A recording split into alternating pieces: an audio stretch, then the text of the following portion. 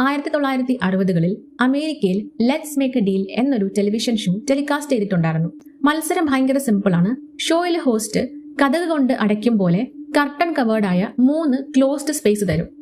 ഈ കൊടുത്തിരിക്കുന്ന 3-ൽ ഒരു കർട്ടന് പുറകെ മത്സരാർത്ഥികൾക്ക് ഇഷ്ടപ്പെട്ട ഒരു ലക്ഷറി കാർ ഉണ്ടായിരിക്കും. മറ്റ് 2-ലും ആടുകളും. മത്സരാർത്ഥിക്ക് അറിയില്ല ഏത് കർട്ടന് പുറകിലാണ് വണ്ടിയുള്ളതെന്ന്.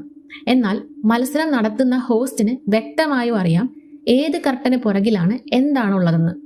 മത്സരം തുടങ്ങുമ്പോൾ ആദ്യം മത്സരാർത്ഥി വണ്ടി ഇതിലായിരിക്കും എന്ന് ഊഹിച്ചുകൊണ്ട് ഒരു കർട്ടൻ ചൂസ് ചെയ്യും. അതാണ് ഫസ്റ്റ് സ്റ്റെപ്പ്.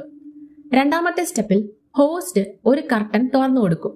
തുറന്നു കൊടുക്കേണ്ടത് ആടുള്ള കർട്ടനാണ്.